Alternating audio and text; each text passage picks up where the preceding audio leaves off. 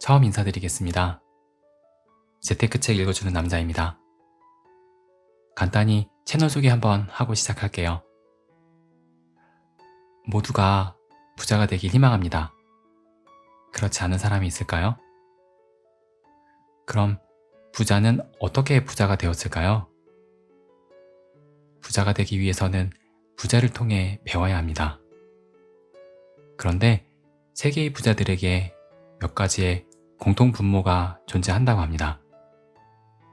그 중 하나가 독서입니다. 인생을 바꾸는 부자 습관의 저자 토마스 콜린은 이렇게 전했습니다. 부자들의 88%는 하루에 30분 이상 책을 읽지만 가난한 자는 단 2%만이 독서를 한다. 그리고 너무나도 유명한 위대한 투자자 워렌 버핏은 인생을 바꿀 가장 위대한 비책은 바로 독서이다 라고 말했습니다. 독서는 삶을 바꿀 수 있는 가장 강력한 도구입니다. 여러분들은 하루에 얼마나 책을 읽고 계신가요? 많이 읽지 못하시는 분들을 위해 이 채널을 시작하려고 합니다. 시중에는 많은 재테크 관련 서적과 자기계발서들이 있는데요.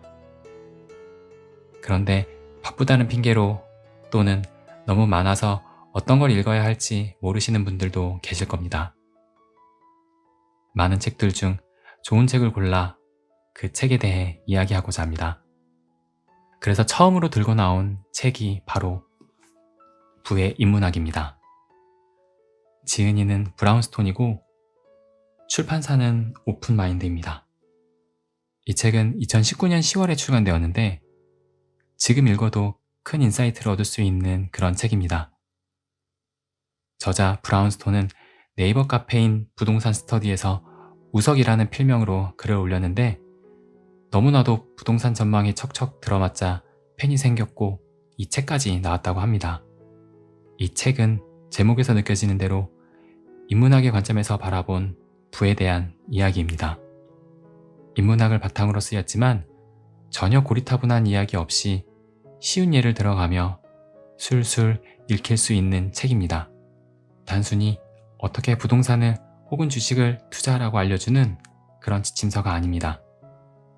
어떤 원리로 자산 가격이 상승하게 되는지, 왜 부동산과 주식을 반드시 해야 하는지, 그럼 어디를 어떻게 투자해야 하는지를 인문학적인 관점에서 아주 쉽게 이야기합니다.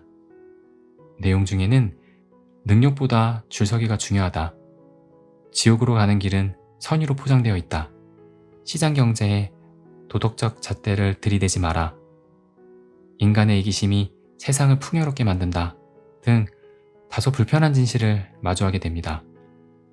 하지만 이런 불편한 진실을 통해 우리가 자본주의 사회에서 어떻게 해야 부를 얻을 수 있는지를 솔직하게 이야기해줍니다. 그런 면에서 저는 재테크를 시작하는 사람이라면 반드시 읽어야 할 필독서라고 생각합니다. 이 책은 크게 부동산 편과 주식 편으로 나뉘어져 있습니다. 이번 영상을 통해서는 부동산 편을 중심으로 이야기하려고 합니다.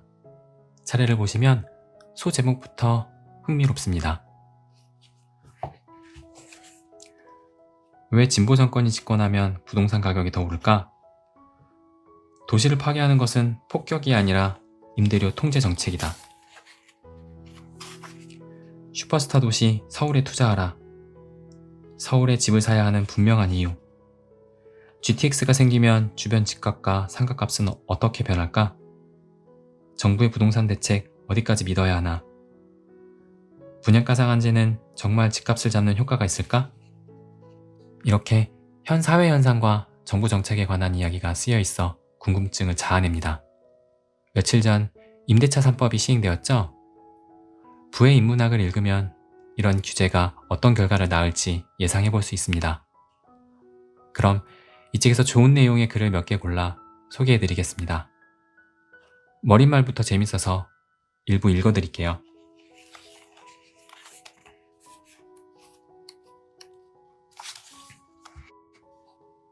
머릿말, 성지순례 온다는 전망글. 사실은 인문학 속에 숨겨져 있는 오래된 예언일 뿐. 나는 동갑내기 아내랑 8년 연애 끝에 결혼해 월세 20만원짜리 집에서 신혼살림을 시작했다.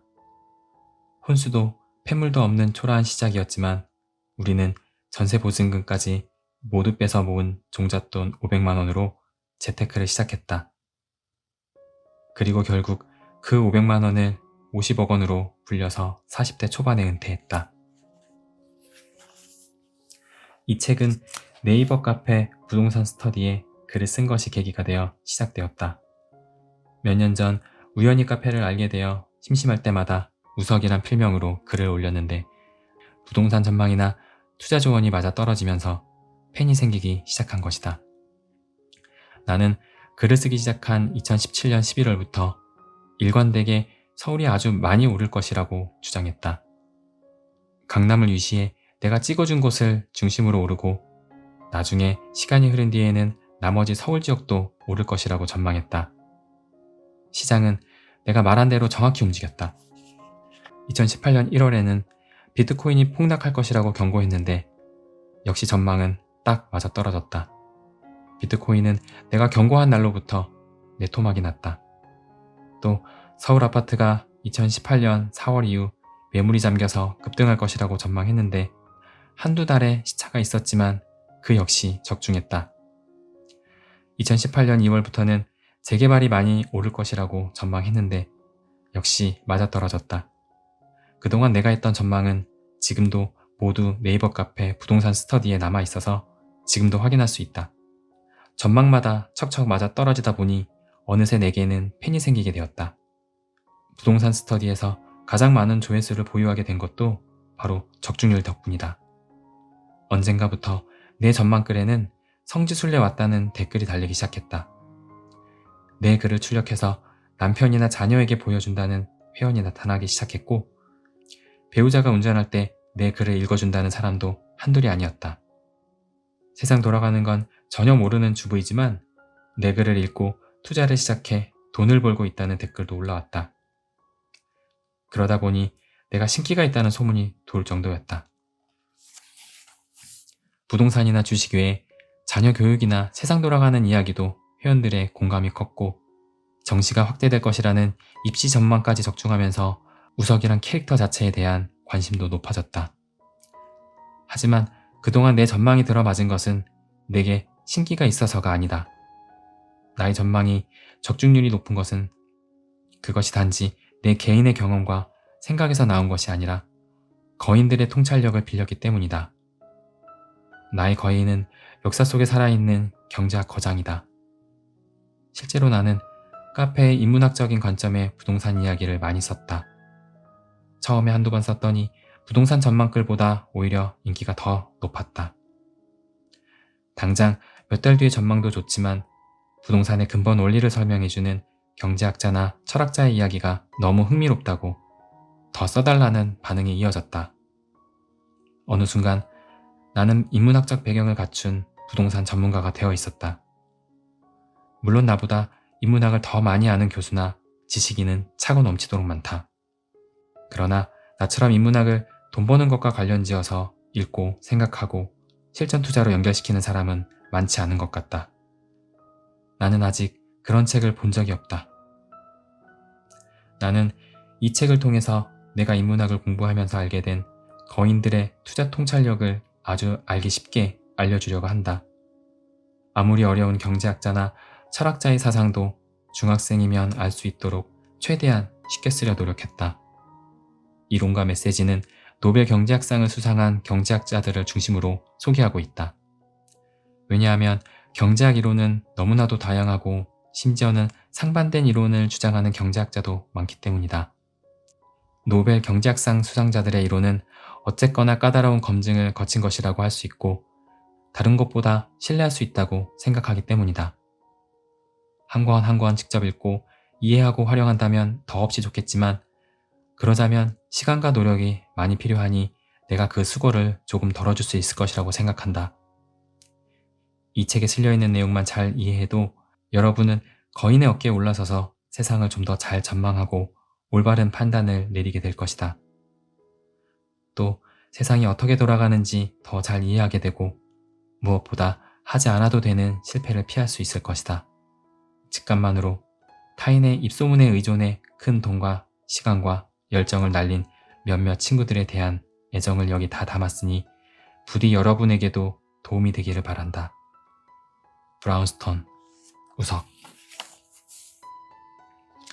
여기까지가 머릿말이고요. 좋은 글을 골라서 몇 개 읽어드릴게요.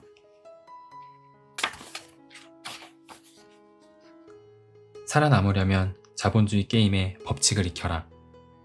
내 집 마련이 목표였던 A는 안 먹고 안 입고 남들 다 가는 해외여행 한 번 안 가고 악착같이 돈을 모았다. 이렇게 해서 5년간 모은 돈이 2억이었다. 가까운 친구들 중에 억 단위 현금을 모은 사람은 없었기에 A는 뿌듯했다. 이렇게만 하면 금방 부자가 될 것 같았다. 그런데 최근에 들어 자신이 바보 같다는 생각이 들기 시작했다. 쓸 거 다 쓰고 철철이 해외여행 다니면서 놀던 친구가 빚을 얻어 산 집이 1년 만에 2억 원이나 올랐다는 이야기를 들었기 때문이다. 그 친구와 비교하면 그동안 자신이 해온 노력이 멍청한 짓이라는 생각이 들면서 회의감에 빠졌다. 이게 진짜 현실이다. 저축만으로 부자가 되기란 결코 쉬운 일이 아니다. A가 자본주의 게임의 법칙을 알았다면 진작 적당한 빚을 얻어 집을 샀을 것이다. 나는 월급쟁이가 적금 들어서 부자 된 경우를 보지 못했다. 절약과 노력도 중요하지만 그것만으로 부자가 되기엔 충분하지 않은 것이다. 대다수 한국의 부자들이 어떻게 부자가 되었는지 아는가? 안 먹고 안 입고 안 쓰고 열심히 저축해서 부자 된 사람은 몇 안 된다. 부동산이나 주식 가격이 올라서 부자가 된 경우를 빼면 정말 몇 안 될 것이다. 회계사 사무실을 운영하는 친구가 있다. 이 친구가 자신의 거래처를 분석해 보았더니 사업으로 돈을 벌어서 부자가 된 기업은 몇 안 되고 거의 공장 부지나 사옥 같은 부동산 값이 올라서 부자가 되었더라고 한다. 물론 사업이 잘 되면 부자가 되는데 큰 도움이 되는 것은 분명한 사실이지만 사업 소득만으로는 큰 부자가 되기 어렵다는 말이다. 대부분의 사업가는 부동산과 주식 가격이 올라서 부자가 되었다. 이것이 진짜 현실이다. 그렇다면 생각을 해보자. 당신이 열심히 공부해서 좋은 대학을 졸업하고 대기업에 취직해서 또 열심히 일하고 그렇게 해서 받은 월급을 아끼고 모으면 부자가 될 수 있을까? 최고 임원직까지 승진한다면 가능하지만 대부분의 직장인은 그럴 수가 없기 때문에 절약과 저축에만 매달리게 되는데 그렇게 해서는 부자가 되기 어렵다. 열심히 일하고 저축하고 모으는 것은 부자가 되기 위한 필요 조건이지 충분 조건은 아니다. 부자가 되려면 열심히 일하고 저축하는 것 외에 부동산과 주식 투자를 잘해야 한다. 그리고 투자를 잘하려면 우선 먼저 자본주의 게임의 법칙을 알아야 한다.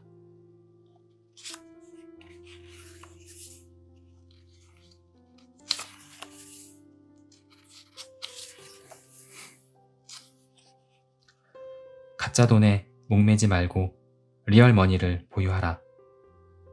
그렇다면 인플레이션을 막기 위해 정부는 화폐 발행을 자제해야 하는 건 아닐까? 요즘 세상은 그렇게까지 인플레이션이 심하지는 않지만 근본 인재가 아닌 화폐 시스템을 가지고 있는 자본주의 시스템에선 인플레이션 발생을 피할 수가 없다. 전 세계적으로 부동산 부자가 많은 것은 바로 이런 메커니즘 때문이다. 우리나라만의 일이 아닌 것이다. 예나 지금이나 마찬가지고 앞으로도 여전히 화폐 가치는 떨어질 것이고 실물 자산인 부동산 가격은 상승할 것이다. 물론 지식정보화 사회로 접어들면서부터는 땅이 과거만큼 중요하지 않아서 과거처럼 그렇게 많이 오르진 않겠지만 현재의 화폐 시스템 하에서 오를 것은 분명하다. 이런 화폐 시스템에 우리는 어떻게 대응해야 할까? 가짜 돈인 화폐를 모으려 하지 말고 진짜 돈인 리얼 머니를 보유해야 한다. 그게 부동산이고 주식이다.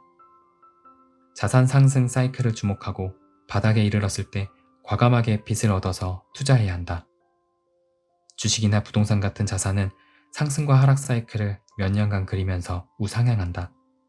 따라서 바닥이라고 생각될 때 과감하게 빚을 얻어서 투자하는 게 최고로 빨리 자산을 늘리는 첩경이다. 이게 투자의 핵심이다. 이게 자본주의 게임에서 이기는 법이다.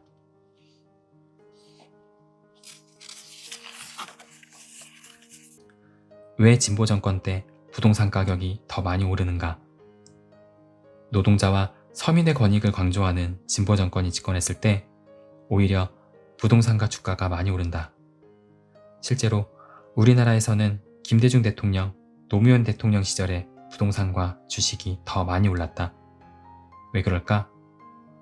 가장 큰 이유는 당시의 글로벌 경제 환경이었다고 보지만 진보 정권의 경제 정책이 직접적인 영향을 준 것이다. 진보 정권은 언제나 큰 정부를 지향한다. 진보 정권은 서민과 약자를 돕기 위해서 재정 지출을 늘리고 복지 정책을 확대하는 걸 좋아한다. 예를 들면 노무현 정권 때 낙후된 지방 균형 발전을 위해서 지방에 혁신 도시와 기업 도시를 만든다고 토지 보상을 통해서 정부 지출을 늘렸는데 이것이 수도권 부동산 가격 상승에 큰 영향을 주었다. 밀턴 프리드먼의 주장에 따르면 재정 지출과 복지 확대 정책은 처음엔 경기 부양이 되지만 이후엔 인플레이션으로 찾아온다고 했다. 인플레이션이 오면 자산 가격이 상승하게 된다. 한국뿐만 아니라 세계적으로도 그렇다. 중남미의 포퓰리즘 좌파 정권이 들어서면 예외 없이 물가가 폭등했다. 무상복지 그리고 최저임금 인상을 약속한 좌파 정권이 들어선 베네수엘라의 경우 2018년 한 해 동안에만 물가 상승률이 15만 %에 달했다. 공짜 점심은 없다. 밀턴 프리드먼의 충고가 가리키는 복지정책의 방향을 다시금 확인해야 할 때인 것이다.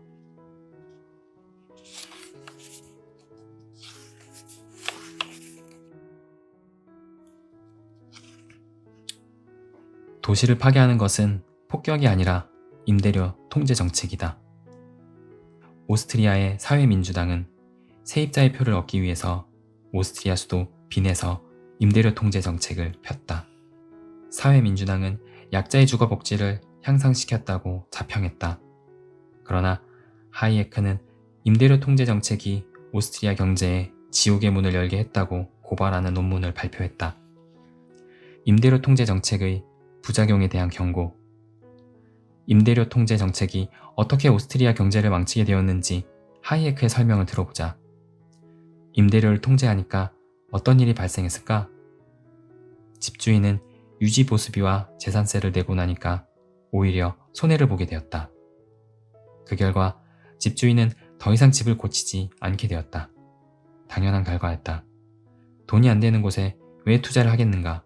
집주인은 임대 수입이 사라지니까 새로운 집을 지을 자금이 축적이 안 되고 새 집을 지을 수 없으니까 집은 더 부족하게 되었고 주거 문제는 더 심각해졌다. 임대료 통제 정책의 또 다른 부작용은 일단 세입자가 들어오면 도통 나갈 생각을 안 한다는 것이다. 세입자는 자녀가 장성해서 출가해도 집을 줄여서 작은 집으로 옮길 생각을 안 하게 된다. 임대료가 워낙 싸니까 그리고 한 번 집을 비워주면 다시 들어가기가 어려우니까 말이다. 상황이 이렇다 보니 사회적으로 굉장한 비효율이 발생하게 된다. 그뿐만 아니라 세입자는 일자리가 생겨도 직장이 집에서 멀면 일자리를 거절했다. 싼 월세집을 포기하기 싫으니 말이다. 그래서 사회 전체적으로 실업률이 올라갔다. 또 집에서 먼 곳에 직장을 둔 세입자는 직장 근처로 집을 구할 수가 없고 먼 거리에서 출퇴근을 할 수밖에 없었다. 결국 사회 전체적으로 교통비를 엄청 낭비하는 결과를 초래했다. 반면 집주인은 돈을 모을 방법이 없으니 주식을 살 돈도 없어서 경제 성장에 필요한 자금줄이 막히게 되었다. 결국 임대료 통제 정책은 여러 측면으로 오스트리아 경제에 상당한 타격을 입혔다는 것이 하이에크의 분석이다. 하이에크가 임대료 통제 정책의 부작용을 경고한 것이 1931년의 일이다. 80년도 더 된 일이다. 그런데도 많은 나라가 임대료 통제 정책을 포기하지 않았다. 미국 뉴욕에서도 그랬다. 당시에 뉴욕에서 임대할 집을 구하려면 신문에 부고란을 봐야 한다는 말이 있을 정도였다. 세입자가 죽어야 빈집이 생긴다는 뜻이다. 임대료가 형편없이 낮으니 집주인은 집을 방치하게 되었고 그 결과 뉴욕은 점점 슬럼화 되어갔다. 그래서 이런 말이 탄생했다. 한 도시를 완벽하게 파괴시키는 방법은 폭격이 아니라 임대료 통제 정책이다. 이런 부작용을 충분히 확인한 요즘에야 임대료 통제 정책이 사라지는 추세다.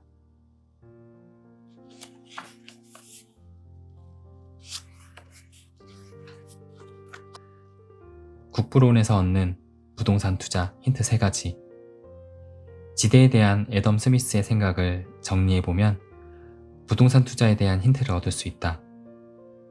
편하고 쉽게 내 방식대로 소개해보겠다. 첫째, 지대는 그 땅에서 생산되는 상품의 수요와 가격에 따라 결정된다. 예를 들어서 쌀을 생산하는 논의 가격은 쌀의 수요와 가격에 따라 결정된다. 논 주인이 자기 마음대로 논값을 정할 수 있는 게 아니란 얘기다. 땅값은 원인이 아니라 결과다. 상가 월세 역시 상가 주인이 마음대로 정하고 올리는 게 아니라 상가의 수익력에 따라 달라진다. 즉, 그 상가에서 얼마나 수입을 벌어들일 수 있느냐에 따라서 정해진다는 것이다. 그러니까 애덤 스미스를 배웠다면 앞으로 상가 월세에 올라서 장사 못해 먹겠다, 상가 주인이 나쁜 놈이다 같은 엉터리 주장을 하면 안 된다. 아파트 전월세 가격도 마찬가지다. 집주인이 마음대로 전월세 가격을 올리는 게 아니고 전월세 수요에 따라서 결정된다. 그런데 아직도 전월세 가격이 폭등하면 마치 집주인이 사악하고 탐욕에 가득 찬 것처럼 비난하는데 이 역시 무지와 오해에서 비롯된 일이다. 스타벅스의 임대료 계약은 애덤 스미스의 가르침을 반영하는 좋은 사례다. 스타벅스는 임대 계약을 할 때 임대료 계약도 하지만 대부분은 임대료를 수입의 몇 %를 준다고 계약한다고 한다. 수익이 높으면 임대료도 올라가고 수익이 낮으면 임대료도 낮아진다. 상가 임대료가 상가 수입에 비례해서 결정된다는 걸 스타벅스가 정확하게 파악하고 있으니 이런 계약을 하는 것이다. 둘째, 지대는 언제 올라가나? 소득이 늘어날 때, 경제가 성장할 때, 노동 생산성이 올라갈 때 올라간다. 그런 때는 언제일까? 한마디로 경제 성장이 잘 될 때다.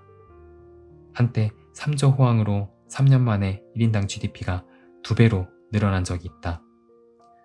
1985년부터 1988년까지의 일이다.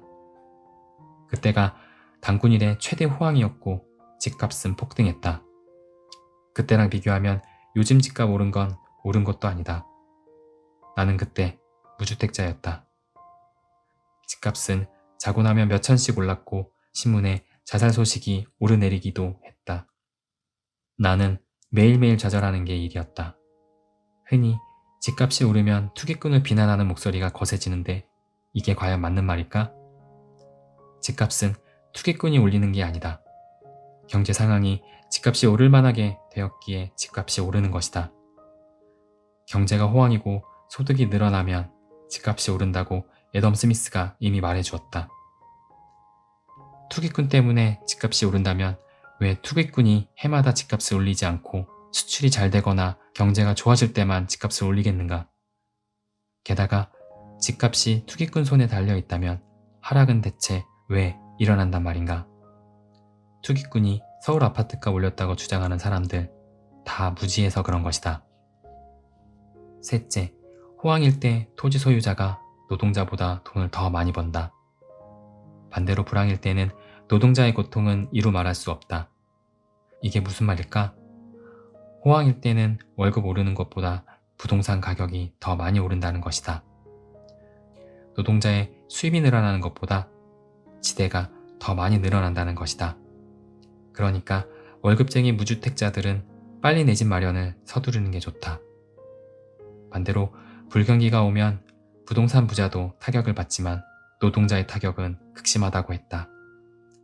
요약하면 애덤 스미스는 국부론을 통해서 부동산의 가격이 언제 오르고 언제 내리는지 알려주었고 지대가 어떤 원리로 결정되는지도 알려주었다. 애덤 스미스가 가르쳐준 것만 기억해도 부동산 투자의 중요한 원칙을 깨닫는데 큰 도움이 된다. 여기까지 소개해드렸습니다. 어떠신가요? 인문학의 관점에서 보는 부는 현실 사회와 밀접한 관계가 있다는 것을 보셨을 겁니다. 왜 우리가 자산을 통해 부를 쌓아야 하는지도 알 수 있을 것입니다. 제가 부동산 편만 일부 읽어드렸어요. 주식 편도 분산 투자해야 할까, 집중 투자해야 할까, 차트 분석으로 절대 돈을 벌 수 없다 등 주식 투자에 있어 마인드 키우기에 좋은 내용들이 많이 있습니다. 전 이 책을 친한 친구에게 선물하기도 했습니다. 선물을 할 정도의 책인 만큼 꼭 한번 읽어보시기를 바랍니다. 다음 영상에서 또 좋은 책으로 인사드리겠습니다.